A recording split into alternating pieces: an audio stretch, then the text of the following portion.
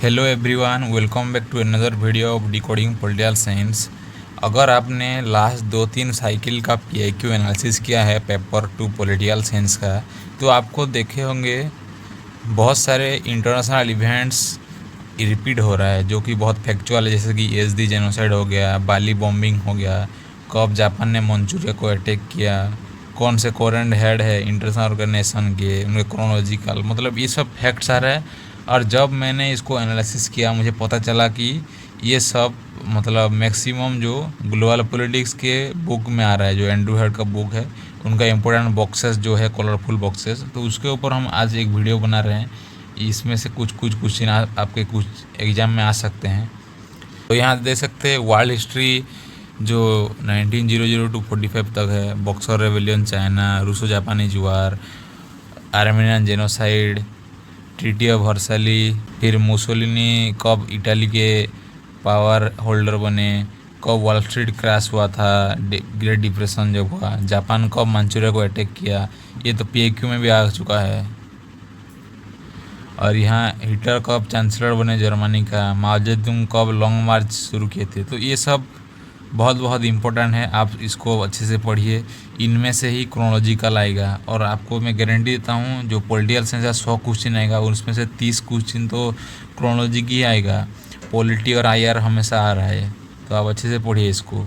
यहाँ देखिए gulf war कब हुआ, यूरोपियन यूनियन कब क्रिएट किया, तालिबान को अफगानिस्तान में सीज किया था power, Asian financial crisis, Kosovo war, तो ये सारे इम्पोर्टेंट है।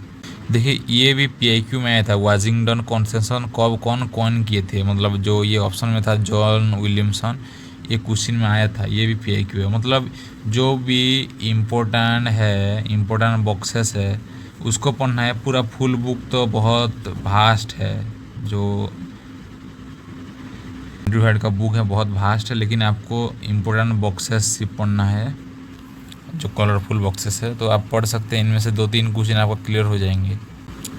यहाँ देखिए इम्पोर्टेंट मॉडर्न जो क्राइसिस है हुआ है उसका भी क्वेश्चन है, जैसे कि Mexican economic crisis, Asian financial crisis, Russian crisis, Argentina dot com crisis, Uruguay, मतलब ये सबको पढ़ना है।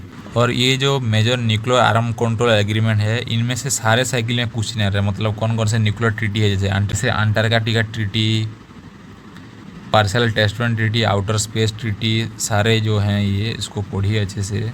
New START, START 1, START 2, SALT 1, SALT 2, ये सबको पढ़िए। और ये जो बाली बॉम्बिंग का जो था क्वेश्चन, ये तो आया था जून 2025 में, जिसको ग्रेस मिला था हम लोगों को, क्योंकि जो बाली बॉम्बिंग था 2002 में एक अटैक हुआ था और 2005 में एक अटैक हुआ था, तो इसलिए उन लोगों ने स्पेसिफाई नहीं किया था क्वेश्चन में, इसलिए उन लोगों को ग्रेस देना पड़ा। देखिए यहाँ भी लिखा है 2005 एंड 2002 दो क्वेश्चन है।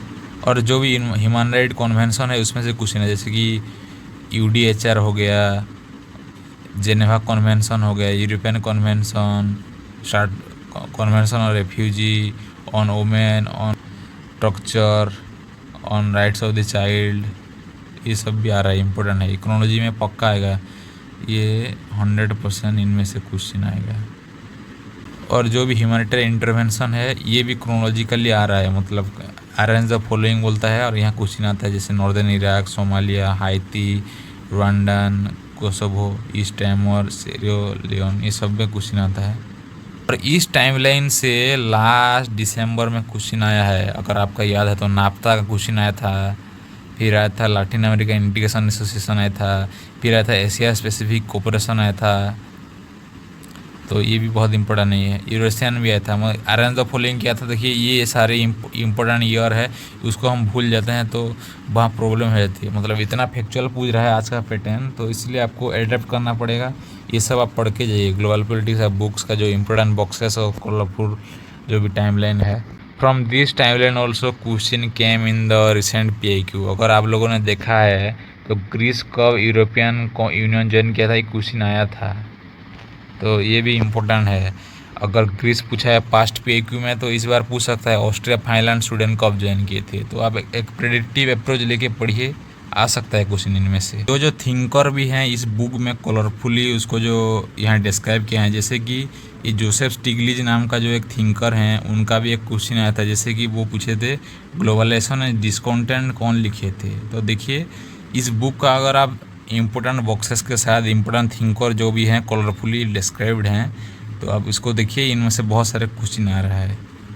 तो जब आप पढ़ रहे हैं IR फॉरेन पॉलिसी, तो ये बुक को थोड़ा पढ़िए।